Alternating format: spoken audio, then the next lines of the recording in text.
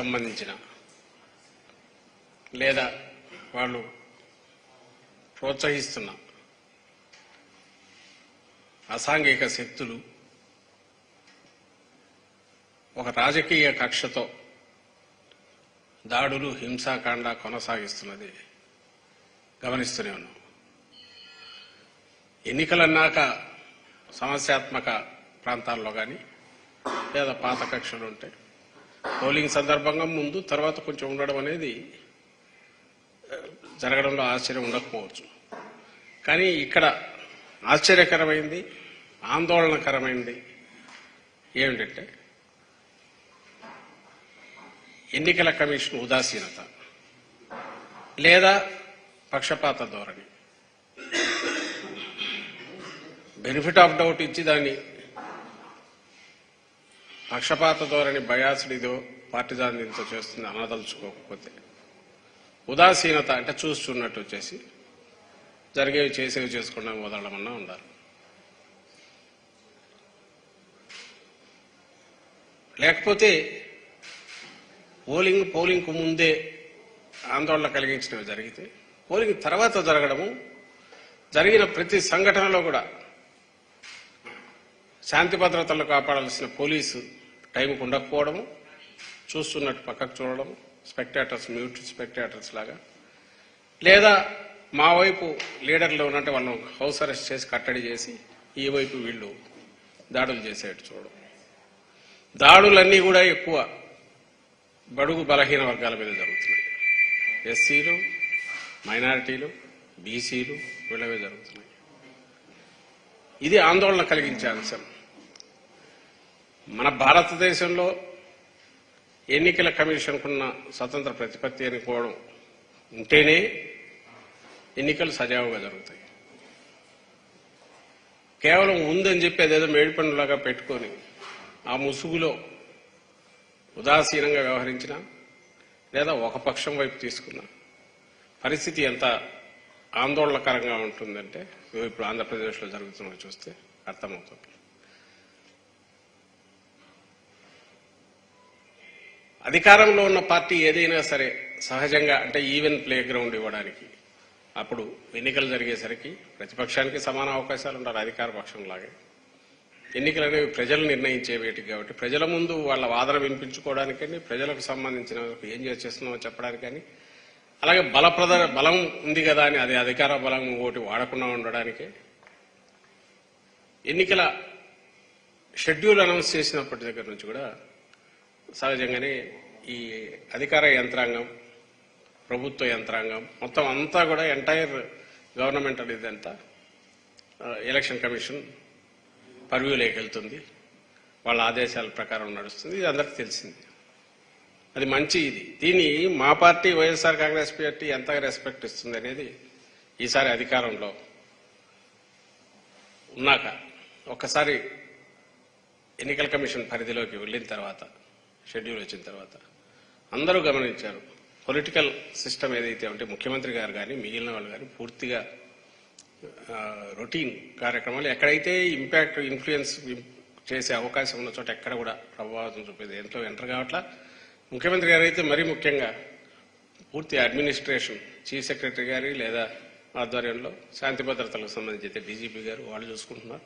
ఈయన వాటిలో ఎక్కడ ఇది పెట్టట్లా. అంతగా గౌరవిస్తున్నారు. అది అందరికీ తెలుసు. ఎక్కడ దాంట్లో దాపరికం లేదు. టెక్నికల్గా ఆయన అదేదైనా సిగ్నేచర్స్ ఉంటే చేస్తే చేసిన అవసరమైనవి అడ్మినిస్ట్రేషన్ రొటీన్గా జరగడానికి, కానీ ఈ నిర్ణయాలు ఇవ్వట్లా, అధికార యంత్రాంగం మీద ఇన్ఫ్లుయెన్స్ చేసే ప్రయత్నం చేయట్లా. అది ఆయన నేచరు కాదు.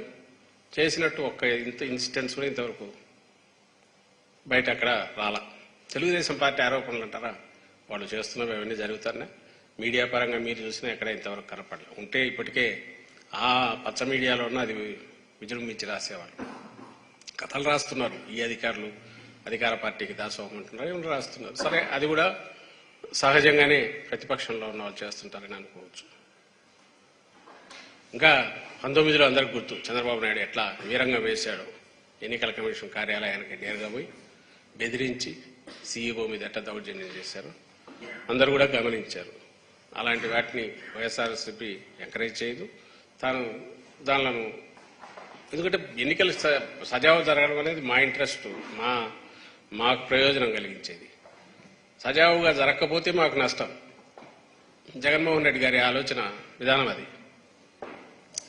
అందుకే నిన్న మీరు గమనిస్తే కూడా ఎక్కడికక్కడ పోలింగ్ డే రోజు రెచ్చగొట్టి, పోలింగ్ ముందు రోజు రాత్రి కానీ పోలింగ్ డే కానీ, దీంట్లో టీడీపీ గూండాలు అరాచక శక్తులు వీళ్ళు ఎక్కడికెక్కడ దాడులకు తెగబడతాన్న పోలింగ్ స్టేషన్ల దగ్గర హింసకాండ క్రియేట్ చేసి పోలింగ్ సజావుగా జరగకుండా చూడాలని చూసిన మా వాళ్ళు మాత్రం సంయమనంతో ఉన్నారు. కారణం ఒకటే, జగన్మోహన్ రెడ్డి గారు పేద కుటుంబాలకు కానీ లేదా బడుగు వర్గాలకు సంబంధించి కానీ అండగా నిలబడడం, అందులో ముఖ్యంగా మహిళల పట్ల ఏది చేసినా మహిళలకే చేయడము.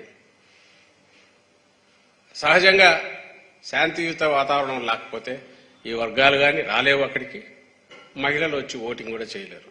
కాబట్టి మాకు నష్టం కలిగించేది మేము చేయడం అనేది సూసైడ్ ఇలా మాకు తెలుసు. కాబట్టి ప్రాక్టికల్గా కూడా చెయ్యం.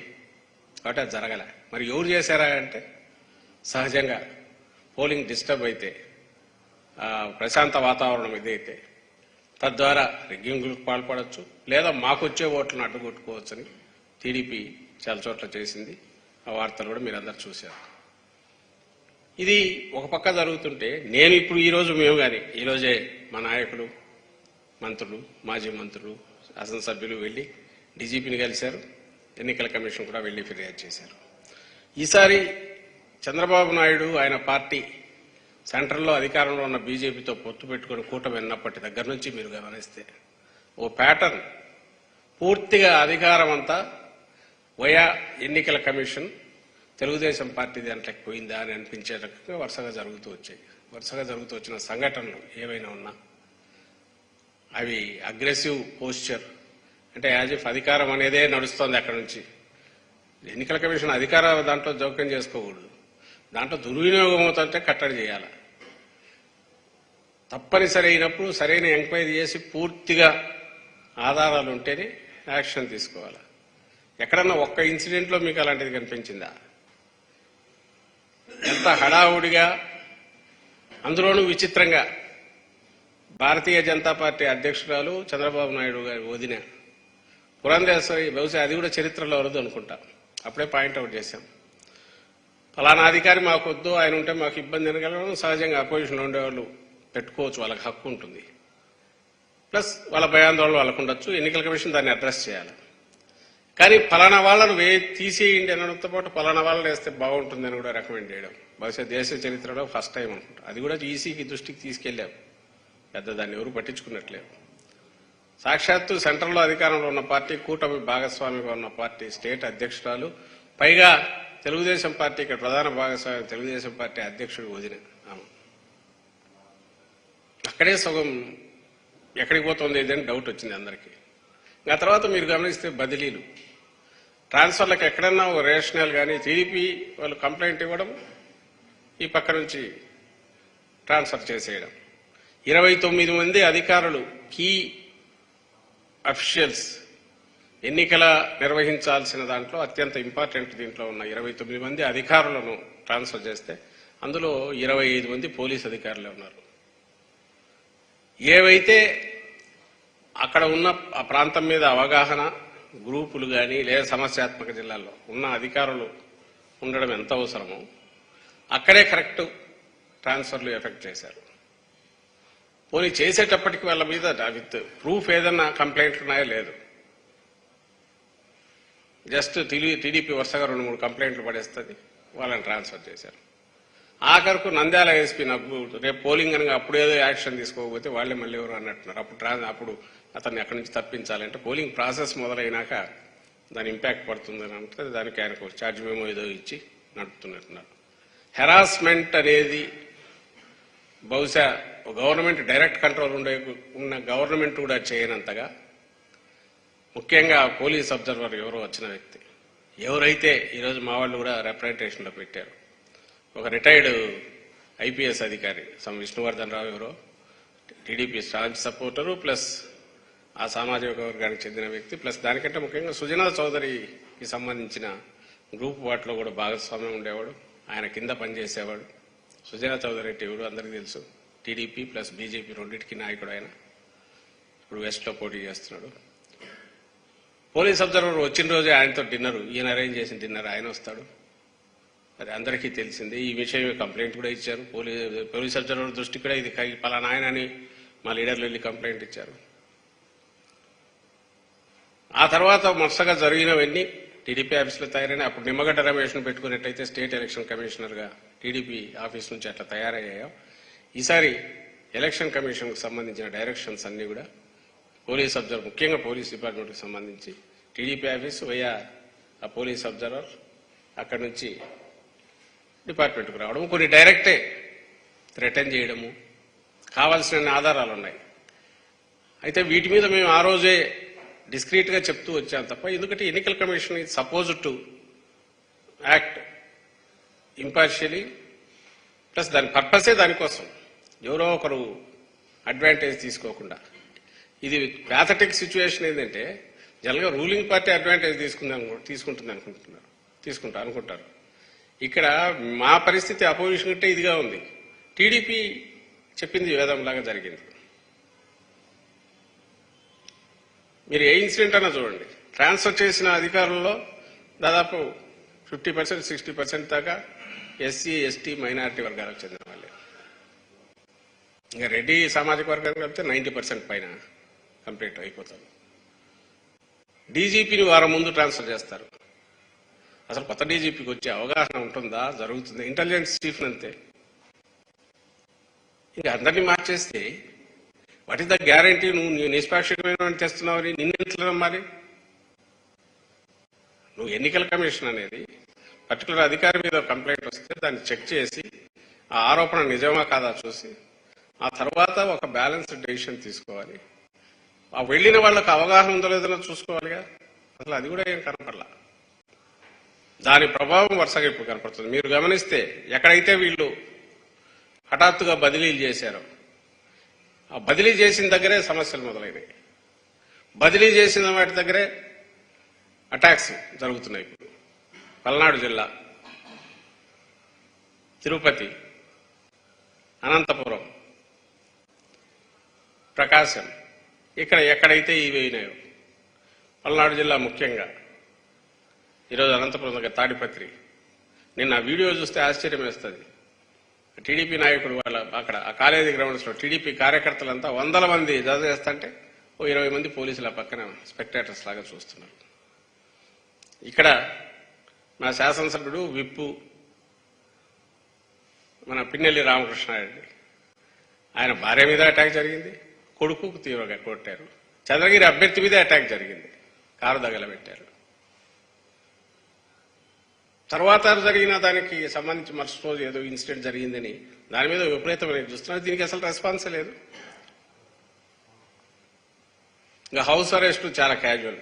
నరసరావుపేట ఆయన ఎమ్మెల్యేను ఆ రోజు ఎన్నికలు జరపడం ముందు ఈయనేశారు. తర్వాత అటువైపు అన్యాయం కదా అంటే 2-3 గంటల తర్వాత అతన్ని రిస్ట్రైన్ చేసినట్టున్నారు అవతల టీడీపీ అభ్యర్థిని. మాకు మంత్రి, సీనియర్ మంత్రి అంబటి రాంబాబు గారు ఫోన్ చేస్తారు, సార్ ఎందుకో నన్ను ఇంట్లోంచి రావద్దన్నారు పోలింగ్ డే. ఎట్లా ఆపుతారో ఇదంటే మళ్ళీ ఆలేదు మేము అనుకోలే అని చెప్పడం, 1 hour 2 hours ఇబ్బంది పెట్టడం, ఆ తర్వాత వదిలేయడం. సేమ్ కేసు విత్ కాసు మహేష్ రెడ్డి గురజాలలో మరీ అన్యాయం.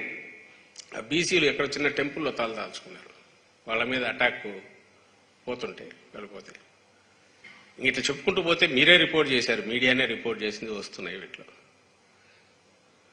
సో ఎన్నికల కమిషన్ ఆధ్వర్యం లేక పరిపాలన పోయినప్పటి నుంచి, అలాగే పోలీస్ అబ్జర్వర్గా వ్యక్తి రిటైర్డ్ అధికారి రావడం, రిటైర్డ్ అధికారిని వేయడమే రేర్గా అరుదుగా జరిగేది. అతను వచ్చి ఇక్కడ కూర్చొని టీడీపీకి తనకు మధ్య రాయబారం లేసి లేదా మెసేజ్ తీసుకొచ్చే ఒక మాజీ ఐపీఎస్తో కూర్చొని డెసిషన్లు తీసుకోవడం, డైరెక్ట్ థ్రెటనింగ్ ఇచ్చేయడం. సాక్షాత్ ముఖ్యమంత్రి మీద దాడి జరిగితే 164 స్టేట్మెంట్ తీసుకోమని ఇతను ఇన్సిస్ట్ చేయడం ఏంటి పోలీసులకు? విచిత్రమైన పరిస్థితి అది. నువ్వు రెఫరీ అనేవాడు, మధ్యలో బ్యాలెన్స్ చేసేవాడు, చూస్తూ జరుగుతున్న దాంట్లో తప్పనిసరి అయితే తప్ప జోక్యం చేసుకోకూడని కూడదనేది బేసిక్. ఎవరిని అడిగినా చెప్తారు, కామన్ సెన్స్ ఉండేవాళ్ళైనా. ఈసీదే ఆ రోల్. ఇప్పుడు ఇందులో అధికారాలను ట్రాన్స్ఫర్ చేయడం గురించి వాళ్ళకు ఈసీకి అధికారం లేదని ఎవరన్నట్లా, ఖచ్చితంగా ఉంది. అయితే ప్రాపర్ దాంట్లో స్క్రూటినీ చేసి సిచ్యువేషన్ గమనించి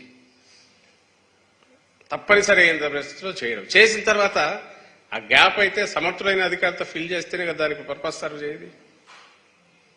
దాని ఇంకా పరిస్థితి దారుణంగా తయారయ్యేట్టు చేస్తే మరి ఆ ఫెయిల్యూర్ ఈసీది కదా. పల్నాడులో గొడవలకు ఈసీని కాక ముందు పట్టాలి. సపోజ్ ముందు అధికారం ఉంటే అప్పుడు అనడానికి అవకాశం ఉంటుంది. అధికార పార్టీకి ఇదిగా పనిచేసే అధికారం ఉన్నాడు, సన్నిహితంగా ఉండేవాడు అని ఎవరన్నా ఆరోపణ చేయడానికి. మా స్ట్రైట్ క్వశ్చన్, మీరే వీళ్ళు పనికిరారు అని చెప్పి తీశారు. మరి వచ్చినోడు వచ్చినప్పుడు ఎఫిషియెంట్ కంట్రోల్ చేయాలిగా, ఎఫిషియెంట్గా చేయలేకపోతే ఎవరిది ఫెయిల్యూర్? మరి ఎలక్షన్ కమిషన్ది కాదా? ఎవరు కేవలం అధికారం ఒకటి ఎంజాయ్ చేయడానికే అన్లిమిటెడ్ అధికారం. ఎన్నికల కమిషన్ ఉందనుకుంటే ఎట్లా? ఇంకా మిగిలిన వాటి లేకపోతే పాయింట్అవుట్ చేశాం ఆల్రెడీ. ఏదైతే బెనిఫిట్స్ ఉన్నాయో సంక్షేమ పథకాలకు సంబంధించి అంతకంటే ఘోరం ఎక్కడన్నా ఉంటుందా? వేరే స్టేట్స్లో ఎక్కడా లేనిది ఈ స్టేట్లో మాత్రమే మనం ప్రయోజనాలకు సంబంధించి బెనిఫిట్స్ కిందికి పోవాల్సినవి రొటీన్గా పోయేవి 5 ఏళ్ల నుంచి. ఆపడమే కాకుండా ఎవరో బెనిఫిషరీస్ కోర్టుకు వెళ్ళి కోర్టు లేదు దీనికి సరైన ఇది లేదని చెప్పి ఈసీ టైం ఇస్తే మళ్ళీ అప్పుడు ఎక్కడ చేస్తారో గవర్నమెంట్ అని చెప్పి క్లారిఫికేషన్ల పేరిట కాలయాపన చేయించి అది కూడా ఆ విండో క్లోజ్ అయ్యేట్టు చేయడం అనేది ఈజ్ ఇట్? ఒక న్యూట్రల్ పొజిషన్లో ఉండి అధికార పార్టీ దుర్వినియోగం చేసుకోకుండా అధికారం చూడడంతో పాటు వేరే శక్తులు ఏమన్నా తన మీద పనిచేసి తద్వారా నష్టం జరిగే ఇది రాకుండా చూడాల్సిన ఎలక్షన్ కమిషన్ కేవలం ఒక దీనికి సంబంధించిన వరకు అది ఓపెన్ గా బ్లాటెంట్ గా వాళ్ళు ఇచ్చే సలహాలు మాత్రము, సూచనలు మాత్రము లేదా ఆదేశాలు మాత్రమే తీసుకుని వ్యవహరించడం అనేది ప్రజాస్వామ్యాన్ని నేరుగా ప్రజాస్వామ్యానికి నష్టం కలిగించడం కాదా? పోలింగ్ అయిపోయింది, పోలింగ్ అయిన తర్వాత మళ్ళీ ఇప్పుడు ఇవన్నీ అసహజమైనవే. ఇవేవి న్యాచురల్ గా జరిగే గొడవలు కాదు. ఈరోజు వన్ సైడ్ అటాక్స్ జరుగుతున్నాయి. దీనికి ఖచ్చితంగా ఎలక్షన్ కమిషనే బాధ్యత వహించాలి. కరెక్ట్ చేసుకునే ప్రయత్నం కూడా చేయలేదు. కరెక్ట్ చేసుకునే ప్రయత్నం చేయలేదు. ఇప్పటికీ ఇట్లే అయిపోతే ఇంకా 4th వరకు ఎలక్షన్ కమిషన్దే దీని మీద అధికారం వాళ్ళ పర్వ్యూలోనే వాళ్ళ పర్యవేక్షణలోనే రాష్ట్రం నడిస్తే ఇట్లే కంటిన్యూ అయితే ఎవరు ఆన్సరబుల్? వాళ్ళేమో ఎవరికి ఆన్సరబుల్ కాదు ఎన్నికల కమిషన్. ఎందుకంటే they are powers unlimited. Court కూడా ఒక దీనికి మించిపోలేదు. మరి తప్పు కదా ఇది? ప్రమాద సూచన కదా? ప్రమాదకరమైన పరిస్థితికి దారి కదా? ఇప్పటికైనా ఈ విషయం గమనించి తక్షణం మా వాళ్ళు అడిగారు పోలీస్ అబ్జర్వర్ను మార్చాలి. వాటెవర్ ఇన్నాళ్ళు తీసుకున్న డెసిషన్స్ ఒకసారి అట్లీస్ట్ ముందు శాంతి నెలకొనేట్టు. ప్రభుత్వం దగ్గర అధికారం లాక్కుంటావు, నువ్వేమో నీ అధికారం సరిగా ఉపయోగించి శాంతి భద్రతలు కాపాడే ప్రయత్నం చేయవు. ఉన్న అధికారంలో ఎవడైతే ప్రోయాక్టివ్గా వాళ్ళకి కావాల్సిన వాళ్ళు అగ్రెసివ్ ఉండే వాళ్ళము ఎంకరేజ్ చేశారు. కొంచెం నిజాయితీగా పనిచేసే వాళ్ళు ప్రతి వాళ్ళకు థ్రెట్ పెట్టారు. వాళ్ళకు భయం, ఈ టైంలో ఎందుకులే ఎలక్షన్ కమిషన్ కోపం ఆగ్రహానికి గురి చూడాల్సి వస్తుంది, వాళ్ళు హెజిటేట్ చేసి వెనక్కు జరుగుతున్నారు. ఇంకా అడ్మినిస్ట్రేషన్ అంతా డేంజర్లో పడదా? శాంతి భద్రతలు డేంజర్లో పడవా? ఇదే అదనుగా ఇటువైపు ఆయన చంద్రబాబు నాయుడు గారు ఆయన ఒక అరాచకం సృష్టించి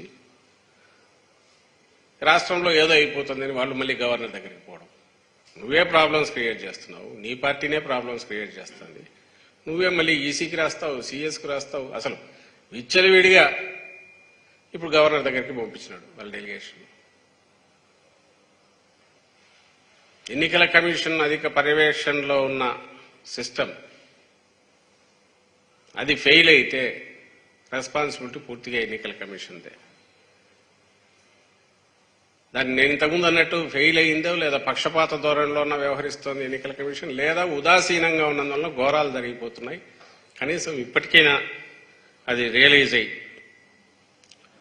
కరెక్టివ్ మెజర్స్ తీసుకొని అడ్మినిస్ట్రేషన్ దారిని జరిగేట్టుగా జోక్యం, మితిమీర జోక్యం తప్పించకపోతే వచ్చే 10-15 రోజులు ఇంకా రాష్ట్రంలో పరిస్థితి అధ్వాన్నంగా తయారవుతుంది. వీధుల్లో పడి కొట్టుకోమని వదిలేయడం అంటే అంతకంటే ఘోరం ఉండదు. మా పార్టీకి సంబంధించినంత వరకు ఇది ప్రజలకు నష్టం కలిగించేది లేదా శాంతి భద్రతలకు భంగం కలిగించే ఎలాంటి వాట అది మాకే నష్టం. అందువల్ల వాటి జోలికి పోము, వీలైనంతగా నిగ్రహంగా ఉంటాం.